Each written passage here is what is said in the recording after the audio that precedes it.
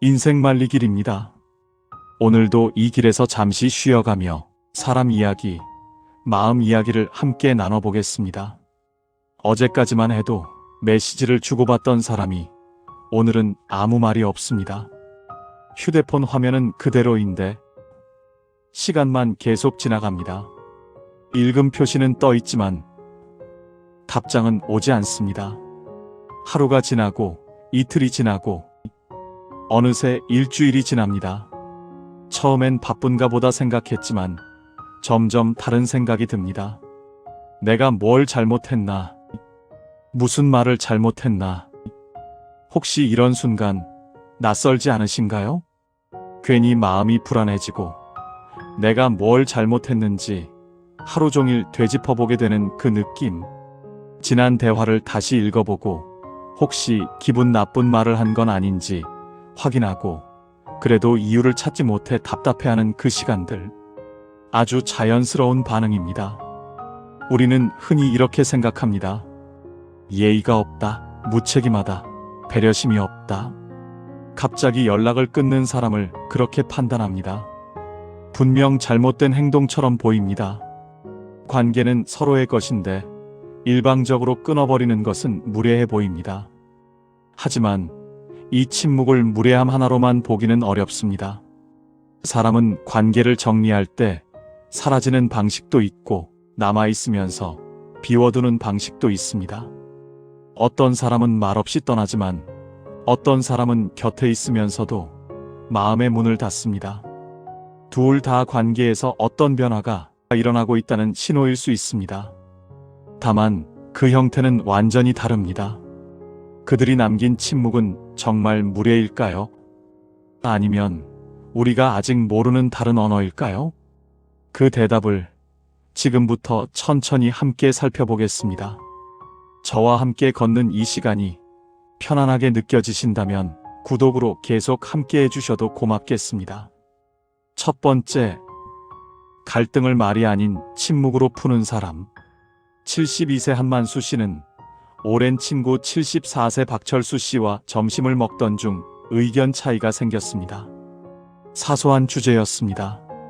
요즘 젊은 세대에 대한 이야기였는데 한만수 씨는 요즘 젊은이들이 너무 버릇 없다고 했고 박철수 씨는 그들도 나름 힘든 시대를 산다고 했습니다. 아니, 그게 무슨 소리야? 우리 때는 훨씬 더 힘들었어. 만수야, 시대가 다르잖아. 비교하기 어려운 거야. 비교하기 어렵다니? 요즘 애들은 편한 거야. 그냥 인정해. 목소리가 조금 높아졌습니다. 박철수 씨는 더 이상 말하지 않았습니다. 그냥 조용히 밥을 먹었습니다. 한만수 씨는 이겼다고 생각했습니다.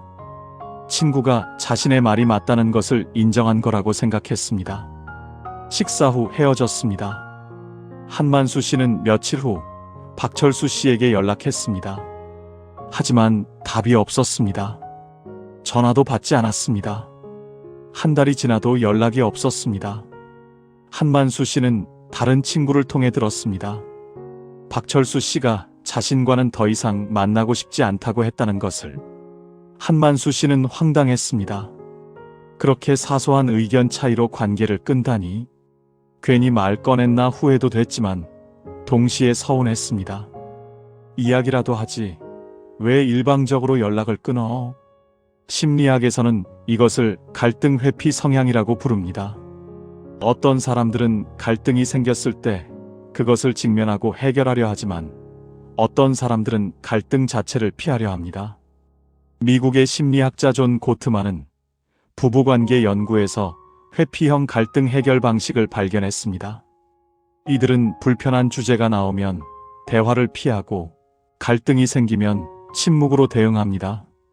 그들은 이것이 관계를 지키는 방법이라고 믿습니다. 싸우지 않으면 관계가 깨지지 않을 거라고 생각합니다.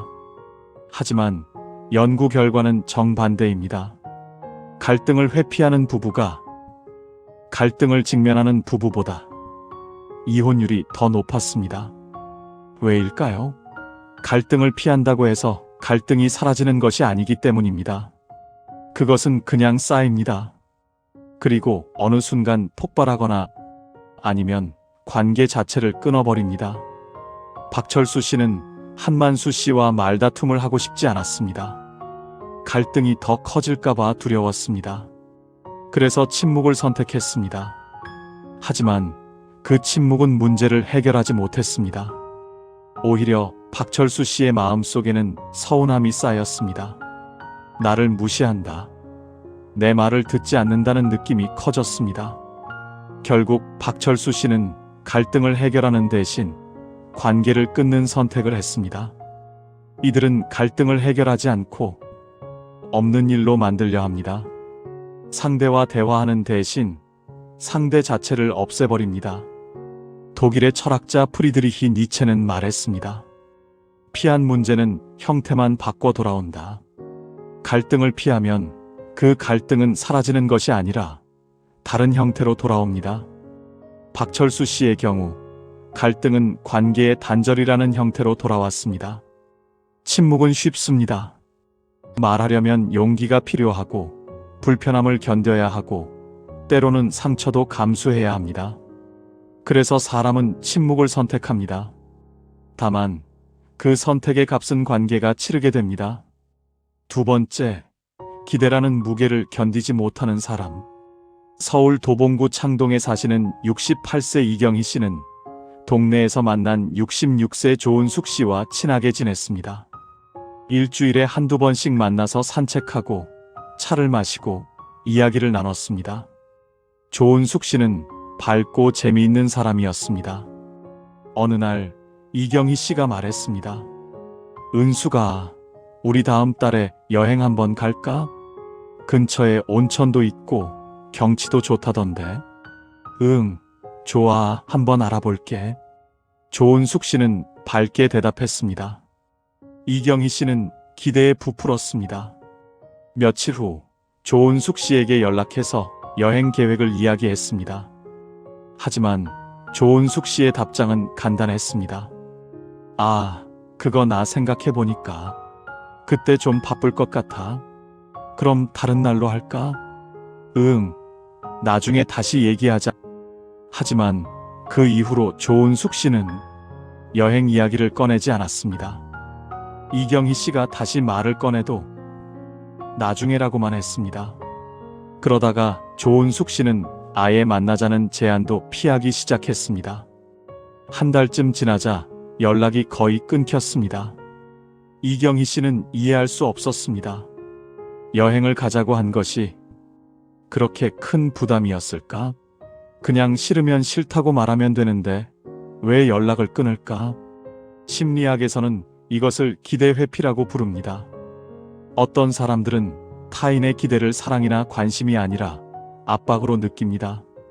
심리학자 에드워드 대시와 리처드 라이언의 자기결정이론에 따르면 사람은 자율성이 침해받는다고 느낄 때 스트레스를 받습니다. 기대는 일종의 의무처럼 느껴집니다. 나는 이것을 해야 한다. 나는 이 사람을 실망시키면 안 된다는 압박감이 생깁니다. 조은숙 씨는 처음에는 여행이 좋은 생각처럼 느껴졌습니다. 하지만 시간이 지나면서 그것이 부담으로 바뀌었습니다. 꼭 가야 하는 건가? 가기 싫으면 어떡하지? 약속을 어기면 경희 언니가 실망할 텐데. 이런 생각들이 커지면서 여행 자체가 즐거움이 아니라 의무가 됐습니다. 조은숙 씨는 이경희 씨에게 솔직하게 말할 수도 있었습니다. 미안한데 나는 여행이 좀 부담스러워라고요. 하지만 그렇게 말하는 것도 부담스러웠습니다. 상대를 실망시킬까봐, 나쁜 사람으로 보일까봐 두려웠습니다.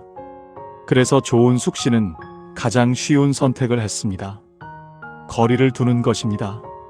만나지 않으면 기대도 없어지고, 기대가 없으면 부담도 없어집니다. 기대를 느끼는 순간 부담을 견디지 못하고 관계 자체를 멀리합니다. 프랑스의 철학자 장 자크 루소는 말했습니다. 자유를 위협받는 순간 인간은 멀어진다. 기대는 때로 자유를 위협합니다. 나는 이렇게 해야 한다는 압박이 자율성을 침해하는 것처럼 느껴집니다. 기대가 커질수록 이들은 더 멀어집니다. 나를 많이 좋아해 줄수록, 나에게 더 많은 것을 바랄수록 그 무게가 버겁습니다. 그래서 아이러니하게도 가장 나를 좋아해 주는 사람에게서 가장 먼저 도망칩니다. 세 번째, 버림받기 전에 먼저 떠나는 사람. 분당 서현에 거주하시는 75세 정미숙 씨는 오랜 친구 김영란 씨와 좋은 관계를 유지하고 있었습니다. 40년 넘게 알고 지낸 사이였습니다. 서로의 인생을 잘 아는 사이였고 힘들 때마다 의지했던 친구였습니다. 그런데 어느 날 김영란 씨가 갑자기 정미숙 씨에게 차갑게 말했습니다. 미숙아, 우리 이제 너무 자주 만나는 것 같아. 나도 내 시간이 필요해. 정미숙 씨는 당황했습니다. 자주 만난다고 해봤자 한 달에 서너 번 정도였습니다. 그것도 부담스러웠나 싶어 조심스럽게 물었습니다. 내가 뭐 잘못했어? 말해줘. 아니야. 그냥 나도 내 시간이 필요하다고. 그날 이후 김영란 씨는 만나자는 제안을 계속 거절했습니다. 그러더니 아예 전화도 받지 않았습니다. 정미숙 씨가 문자를 보내도 읽지 않았습니다. 결국 정미숙 씨는 더 이상 연락하지 않았습니다. 몇 달 후 정미숙 씨는 다른 친구를 통해 들었습니다. 김영란 씨가 요즘 우울하다는 것을, 남편과의 관계도 좋지 않고 자식들과도 멀어졌다는 것을. 정미숙 씨는 다시 연락하고 싶었지만 이미 차단당한 상태였습니다. 심리학에서는 이것을 선제적 거절이라고 부릅니다. 버림받을까봐 두려워서 먼저 상대를 떠나는 것입니다. 심리학자 로이 바우마이스터의 연구에 따르면 사람은 거절당하는 것을 가장 두려워하는 감정 중 하나로 꼽습니다. 특히 과거의 중요한 관계에서 버림받은 경험이 있는 사람은 버림받기 공포가 강합니다. 김영란 씨는 정미숙 씨를 떠나보내고 싶지 않았습니다. 오히려 정미숙 씨가 너무 소중했습니다. 하지만 그 소중함이 두려움으로 바뀌었습니다. 이렇게 소중한 사람이 나를 떠나면 어떡하지? 내가 부족해서 나를 버리면 어떡하지? 그 두려움은 점점 커졌습니다. 만날 때마다 혹시 마지막 만남은 아닐까? 혹시 나를 귀찮아하는 건 아닐까 하는 생각이 들었습니다. 그 불안을 견디기 어려웠습니다.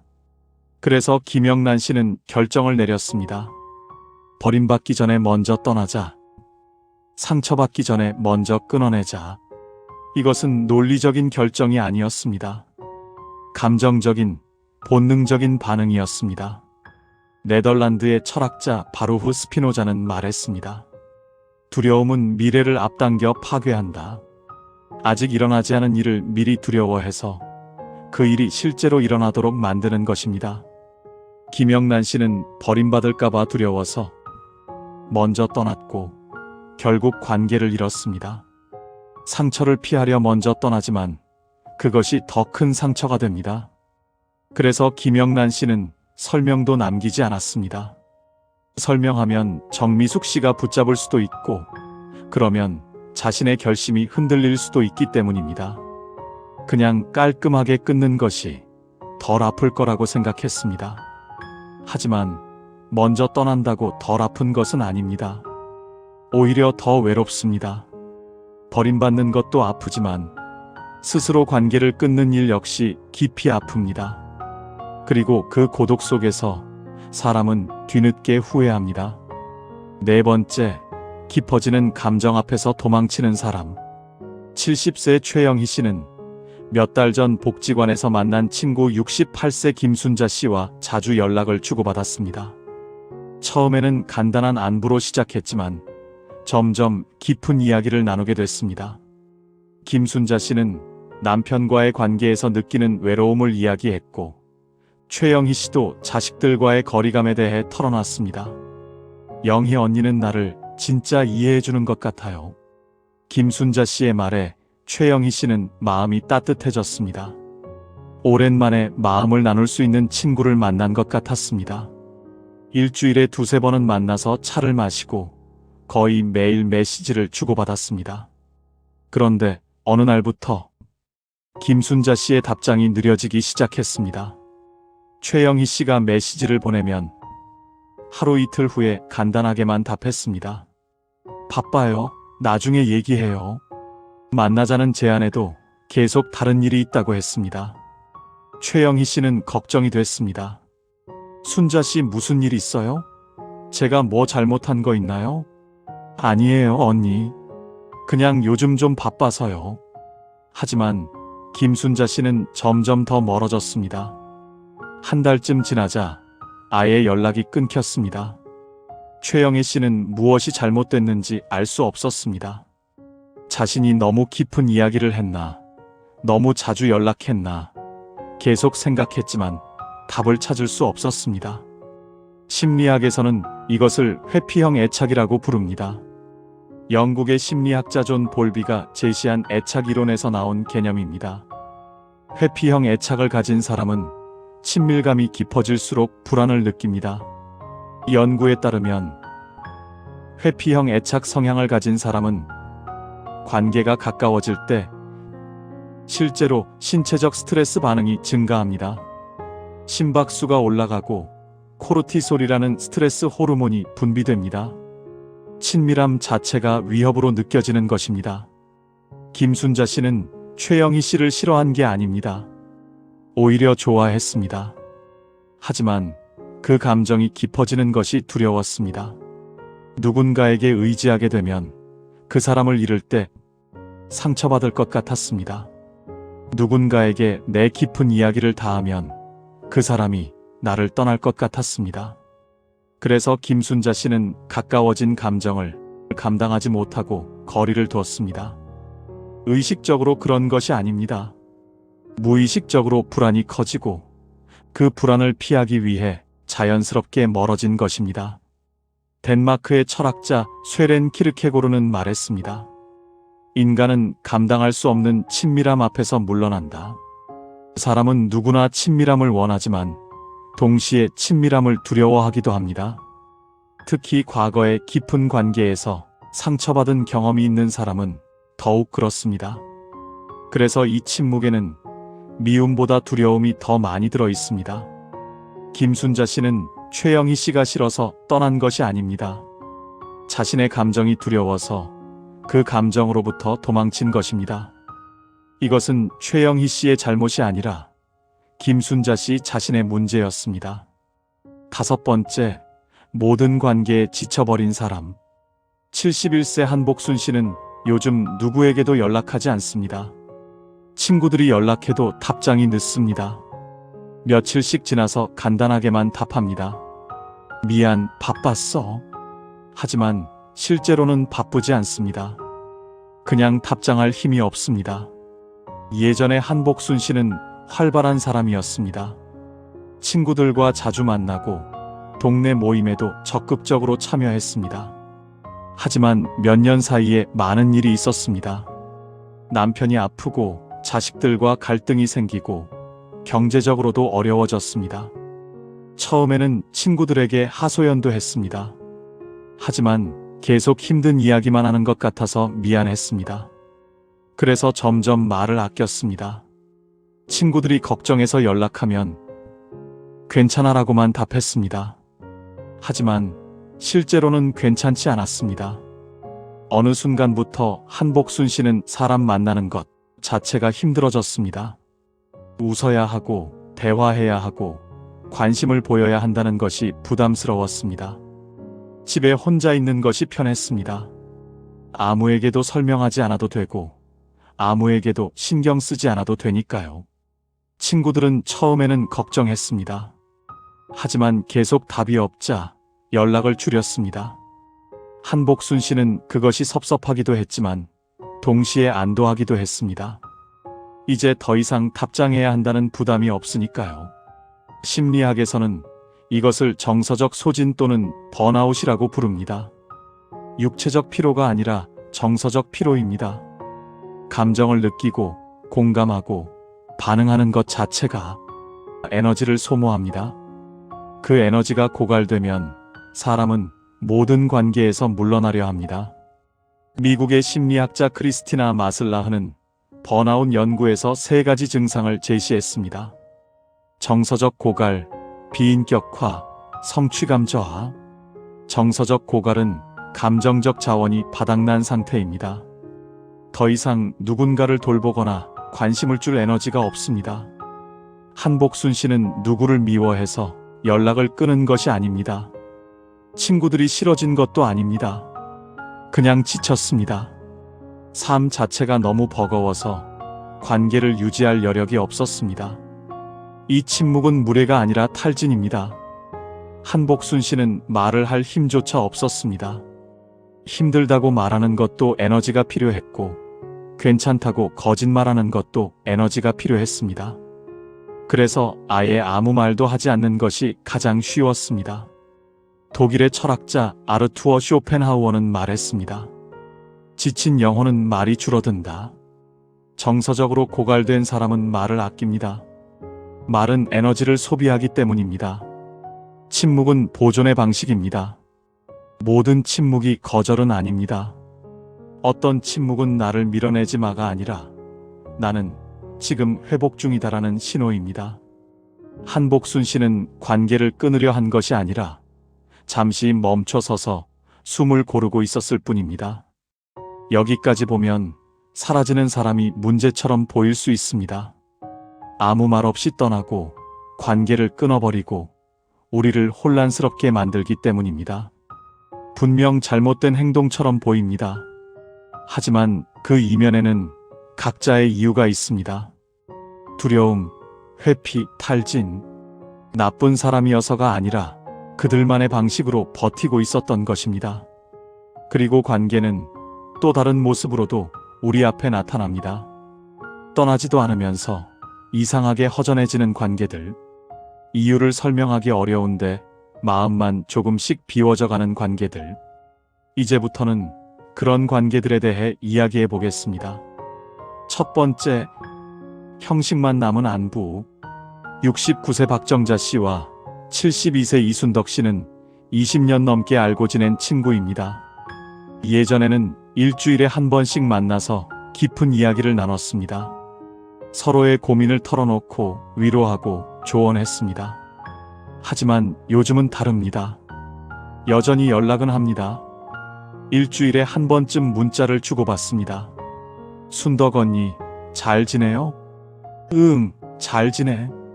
정자는? 나도 잘 지내요. 날씨 추우니 감기 조심하세요. 그래, 고마워. 대화는 여기서 끝납니다. 만나자는 제안도 없고 깊은 이야기도 없습니다. 그냥 형식적인 안부만 주고받습니다. 박정자 씨는 이상합니다. 친구와 연락은 하고 있지만 뭔가 허전합니다. 예전처럼 가까운 느낌이 들지 않습니다. 혹시 자신이 뭘 잘못했나 싶어 물어봤습니다. 언니, 요즘 우리 좀 멀어진 것 같지 않아요? 무슨 소리야? 우리 계속 연락하잖아. 그건 그런데 예전처럼 깊은 얘기는 안 하는 것 같아서요. 나이 들면 다 그렇게 되는 거지. 뭐 그렇게 할 얘기가 많아? 박정자 씨는 더 이상 말하지 못했습니다. 이순덕 씨가 원하지 않는 것 같았기 때문입니다. 심리학에서는 이것을 피상적 관계 유지라고 부릅니다. 관계는 유지하지만 깊이 있는 교류는 차단하는 것입니다.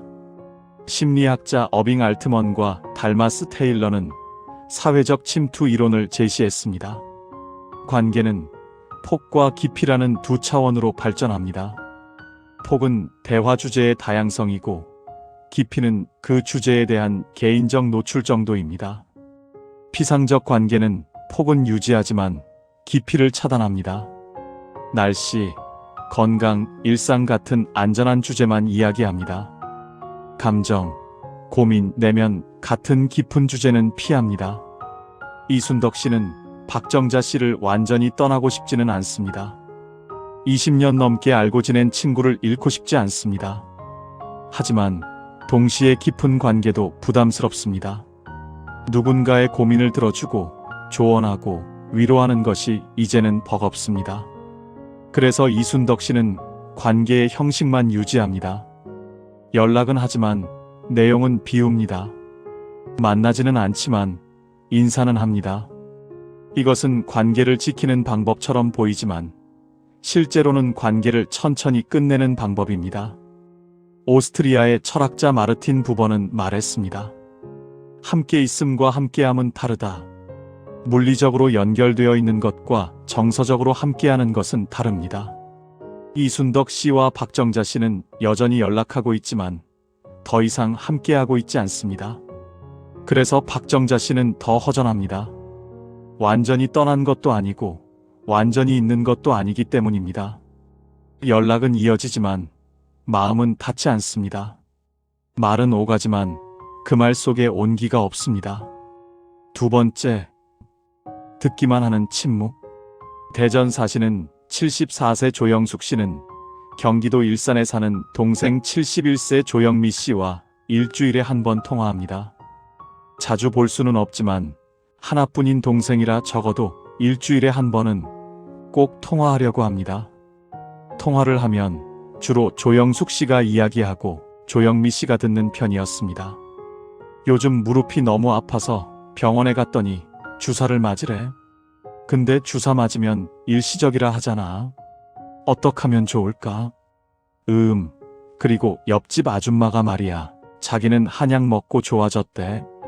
너는 어떻게 생각해?